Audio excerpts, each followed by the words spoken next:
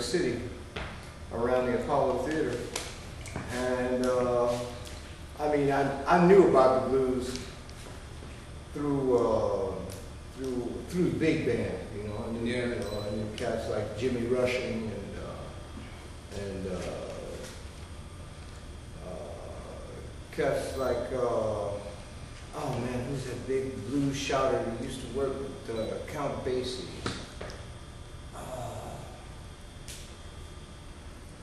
Oh, that's a shame. What's his name, Dan? Was it Big Joe Turner? Big Joe Turner. Big Joe. Joe Turner. Yes, you're right. Yes, you're right. And I was into the music anyway. You know, I was always into the music. You know, it's like.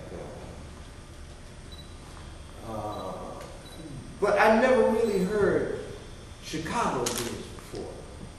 And a friend of mine, actually my godbrother, was he had bought what at the time was some new records by this group called Rolling Stones, and I like this tune on the record particularly much called Little Red Rooster, and so I looked at the back of the record and I saw Willie Dixon, so I went down to the public library and dug out the Willie Dixon, all the Willie Dixon stuff that I could. And at that time that you start playing harmonica? I was playing harmonica. I was playing harmonica. I was playing around with stuff that I heard on the records and whatnot, and I took that home and I listened to it, and there was a compilation of Willie Dixon's, Willie Dixon's music, and there was a cut on there by Muddy Waters. And when I heard Little Walter playing the harmonica on that track, man, it just turned my whole world upside down. What? I was like, oh man, now that, I was like, how is he getting this sound out of this harmonica? Like, I've been playing this thing and blowing as hard as I could play it. And so, how old were you at that time? Oh, I guess I was about 16, 17 years old. Yeah. 16, 17 years old. And I got the opportunity to sneak into a club because Muddy was playing at a place called Uno's downtown in Manhattan. And I went to see him, and I got in, and he had a great band, man. He was like Pine Top Perkins on the keyboards, right? And oh man, I forget it, man. I was in blues heaven, I just was. You remember who was with him at that time? He was blowing the harmonica. Oh, I think it was Big Walter. I think it was Big Walter. Yeah, I think it was Big Walter. And Big Walter, Big Walter for me is, the man was genius. During that time, did you have any peers? Did you have any friends that were also into the blues? Yeah, I did have. I had a few friends that were into the blues, but that didn't really, the blues scene didn't start to grow until I was like in my early 20s. Yeah. Around that time, I met Victoria Spivey, because at that point I was playing blues on the street. I had collected Sonny Walt Williamson records and Little Walter records, Big Walter Horton, Junior Wells, and all that stuff. And I was learning this stuff by rote. Right. I was like getting as close to them as I possibly could. And I started playing around with a cat named Washboard Doc. Okay, man, this cat had the most outrageous rig. He had set it up on a sawhorse. Was he an older guy? Yeah, he was an older cat. And, he must have been about 65, 70. And he wore a top hat and tails. He wore a top hat and tails. And And he set up this, he had this big red washboard, man. It had frying pans hooked all up to it, you know, Right. like, looked like a 4-leaf clover he had set up, you know, and he wore thimbles on his fingers.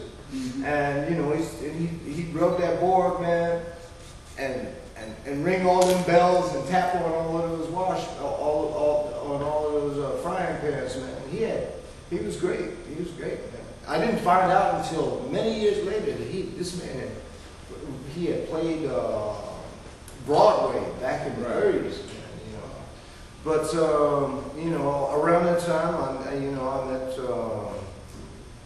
Charles Walker, and he was one of the first cats that I ever really got to play with, play the blues with. And he was taking me around. We were playing little clubs up and down Manhattan. And like it was around that time that I started playing out in the street, and I met Victoria Spivey. Now tell me something. Is Victoria Spivey, is she related to the brother that used to work with the Parliament? No. Victoria Spivey was one of the classic blues singers from the 20s. Okay. Her sister was Sweet Pea Spivey, and they were classic blues singers, like in the style of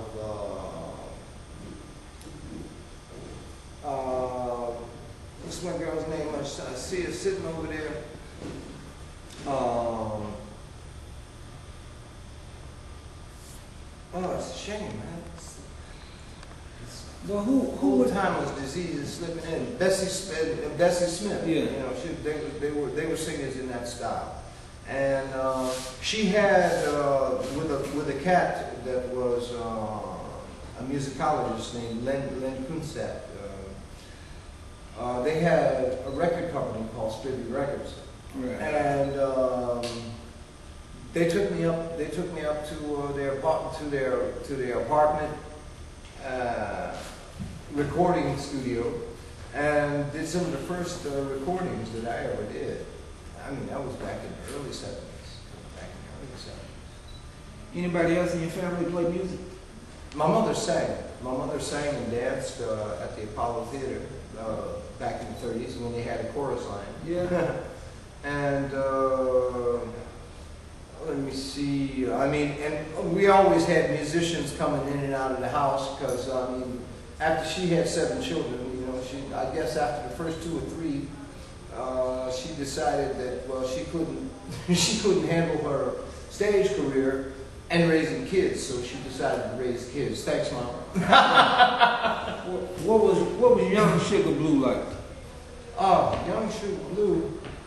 Well, man, I wanted to be, you know, it's like Sonny Boy Williamson used to wear a bowler hat. Right. Okay. So I bought me a bowler hat. And I was doing all of his tunes. So, I mean, you know, to me, I had decided that I was going to be a blues man no matter what it took. I said, well, if this is, I read somewhere that Sonny Boy had performed the streets for many years. And I said, well, if it's good enough for Sonny Boy Williamson, it's good enough for me.